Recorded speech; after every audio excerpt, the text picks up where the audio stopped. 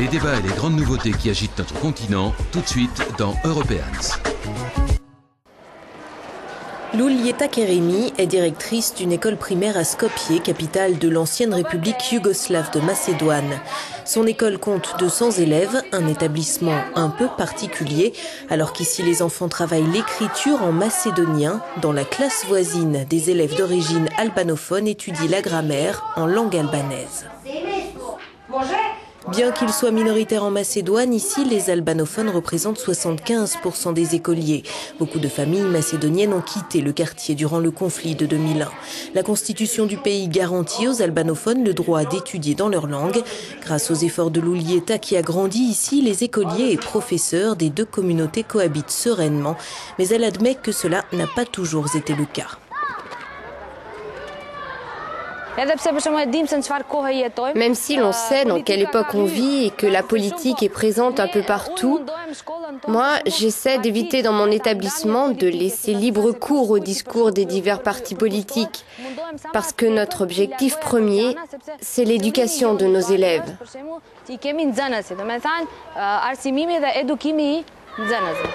Faire abstraction du contexte politique, le pays y était parvenu en échappant au conflit interethnique qui avait fait rage dans les années 90 après l'éclatement de la Yougoslavie. Mais 10 ans après l'indépendance, il a bien failli sombrer dans la guerre civile lorsque les rebelles albanais prirent les armes. En août 2001, les accords d'Ohrid, signés sous l'égide de l'OTAN et de l'Union européenne, mirent fin à 6 mois de troubles. Ces accords fournirent des droits étendus et une meilleure représentation aux albanophones qui constituent 25% des 2 millions de Macédoniens. Mais depuis peu, le parti albanais qui participait à la coalition gouvernementale s'est retiré. Il accuse le parti de centre droit au pouvoir de ne pas avoir tenu toutes les promesses d'Ohrid, la réponse du Premier ministre. En 2001, nous avons signé le dénommé accord cadre d'Ohrid. Et il y avait des obligations pour les deux parties, pour les Macédoniens et pour les Albanais. Et la plupart de ces obligations ont été appliquées. Celles qui ne l'ont pas été sont celles qui font partie d'un ensemble d'obligations à long terme, sur 5, 10 ans, ou peut-être même une période plus longue. Pour nous, ce que dit la communauté internationale sur la mise en œuvre de l'accord d'Ohrid est important, et je n'ai jamais entendu personne dire que sa mise en œuvre était stoppée ou ralentie. La crise gouvernementale survient en tout cas à une période délicate. Le mois prochain, la Macédoine espère obtenir de l'OTAN le feu vert à son adhésion. Quoi qu'il en soit, les partis albanais maintiennent leurs revendications, comme la reconnaissance de l'albanais en tant que seconde langue officielle et la reconnaissance de l'indépendance du Kosovo. Ali Ahmeti dirige l'Union démocratique pour l'intégration, un parti albanais d'opposition. Cet ancien combattant de la rébellion pointe du doigt les nationalistes macédoniens. Le non-respect de l'accord d'Ohrid et les lacunes dans la mise en œuvre de cet accord génèrent des obstacles sérieux pour tous les citoyens de Macédoine. Cela freine notre intégration dans l'Union européenne et l'OTAN. Et ce prix, ce sont tous les citoyens de Macédoine qui le paient. Or, c'est très cher payé.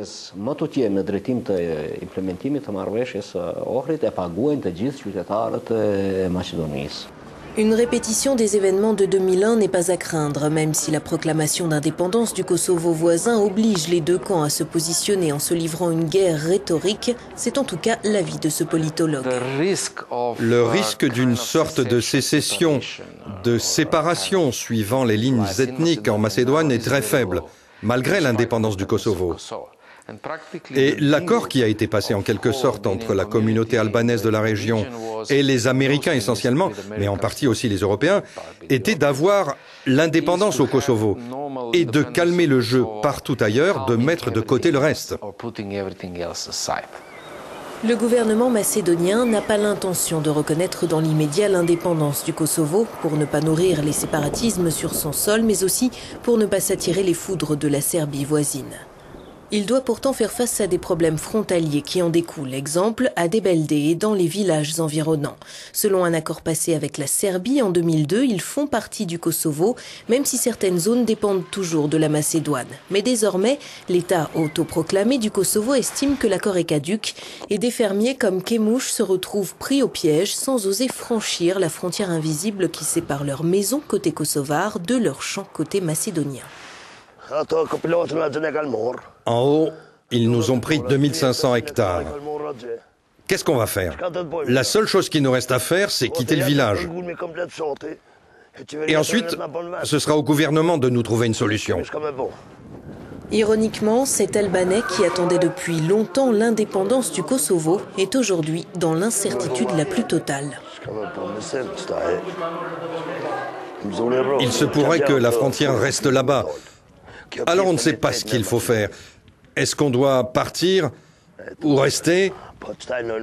Une chose est sûre, il n'est pas question que je me retrouve coincé en Macédoine.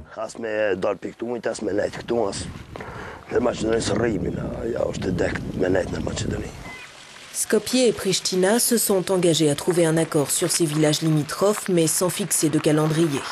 Autre contentieux, celui-là vieux de 17 ans, le nom même de Macédoine, qui vaut au pays une forte hostilité de la Grèce. Athènes refuse que le pays voisin porte le nom d'une de ses provinces sur fond de querelle historique et menace de bloquer l'adhésion de l'ex-république yougoslave à l'OTAN.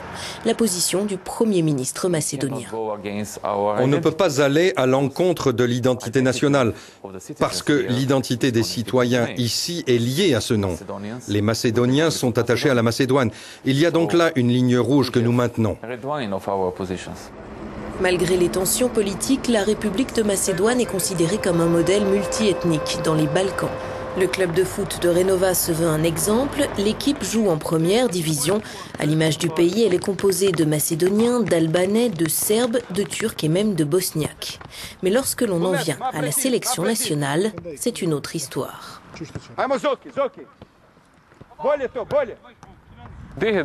On le sait, c'est très dur pour un Albanais de jouer au niveau national vu les circonstances politiques actuelles.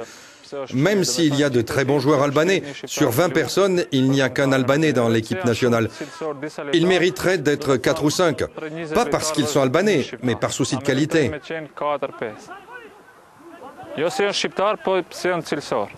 Le joueur turc de l'équipe de Renova a eu la chance de jouer au niveau national. Il reconnaît que les supporters font parfois vibrer la corde communautariste pendant les matchs locaux, mais lorsque c'est la Macédoine qui est représentée sur le terrain, le sentiment identitaire est très fort.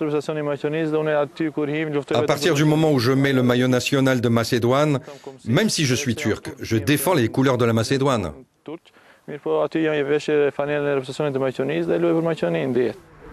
Signe que cet esprit d'équipe anime aussi malgré tout les représentants politiques.